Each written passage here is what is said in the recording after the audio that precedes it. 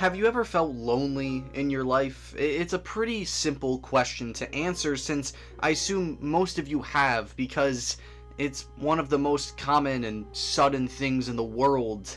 One day everything may be fine, and the next, nobody is left beside you. Loneliness was a feeling I had for the majority of my life, and I guess that's why I related to Halo 3 ODST so strongly. Because for a game so small in scope, it really does give off a good message in my eyes. So join me as I talk about loneliness as we're jumping feet first into Halo 3 ODST is unlike any other game in the series. There's no Master Chief, no grand war-ending mission, no overwhelming force. It's just you, and although a lot of that is due to time constraints, I feel like it positively impacts the tone that this game was trying to portray. The city is empty, the copy-pasted mere blocks and roundabouts scattered about makes everything feel just a little less real, a little more uncanny. In the open world, there's nothing besides you, the killers, and the killed. The environmental storytelling of this game is off the charts, just because small little areas are the only places that hold fallen Marines, the rest of the streets being completely empty with the sound of car alarms being the only thing to break the silence, the graffiti on the walls the only thing to differentiate where you exactly are. It truly makes you feel alone, and that loneliness is deliberate. ODST strips away the power fantasy that defined Halo up to that point and replaces it with uncertainty. You are not a Spartan. You are not the hero of humanity. You're just a soldier dropped into a city that has already lost the fight we have seen before. You're living up to the description of an ODST. It is hell on Earth, the heart of the Covenant invasion of Earth, and you lost. There's nobody left in the city of the dead. The game forces you to sit with that feeling. It doesn't flood you with enemies or bombard you with bombastic set pieces. Instead, it lets you wander through the ruins of New Mombasa alone, searching for traces of your squad, for answers, for anything to make that silence feel less suffocating. Because it feels like the world has passed you by already, and that there's nothing left you can do.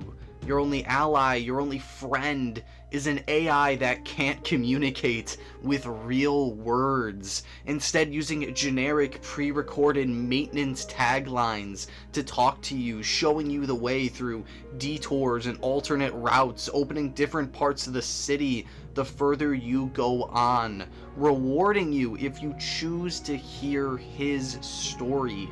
You can't hide in your pod all night. You have to keep moving. Staying still won't bring your squad back together. In all honesty, maybe nothing could. Every clue you find, every abandoned weapon, a helmet with a shattered visor, tells you where they've been, but not where they are right now. Without those flashback missions, it all seems like a lost cause. And that lingers, just like the rain pouring down on the lifeless city. You retrace your steps, relive their battles, but you're always one step behind, always alone. But what's different about ODST compared to another side game like Halo Reach is that you're being built up throughout the story, unlike Reach when you're being dragged down. It isn't just about being alone, it's finding your way back. It's about how even in the quiet, even in the emptiness, you're still moving forward. Every flashback gives you more context, more locations, and more hope. The city may be abandoned, your squad may be scattered, but you are still here. And that has to count for something. It has to. The rookie is such a great protagonist because although he's a silly guy skipping the explosive shell in the water or trying to reopen the sniper, He's determined to find the answers, man. He doesn't stop. He doesn't have the luxury of breaking down, of giving into the weight of isolation. He keeps pushing forward, and that's one of the hardest things to do in your life, to fight through that overwhelming weight of loneliness, and to turn that into something else. Resolve, passion, whatever synonym you want to put there.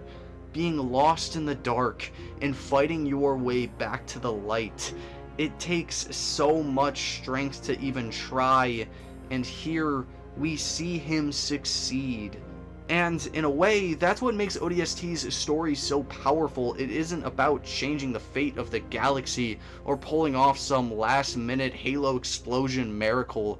It's about survival, about persistence, about proving that even when everything around you is empty and lifeless, you can still push forward. The rookie doesn't need a grand speech or heroic gestures. His actions, his movements speak for themselves.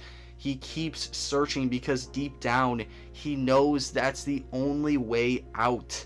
And when that persistence finally pays off, when the squad comes together again, it's not some triumphant cinematic reunion. It's quiet, subdued on a phantom with an injured soldier, a brief moment of relief in a world that's still falling apart. But that's enough, because ODST isn't about winning, it's about enduring, about making it through the night. Step by step, even when you're not sure what's waiting for you on the other end.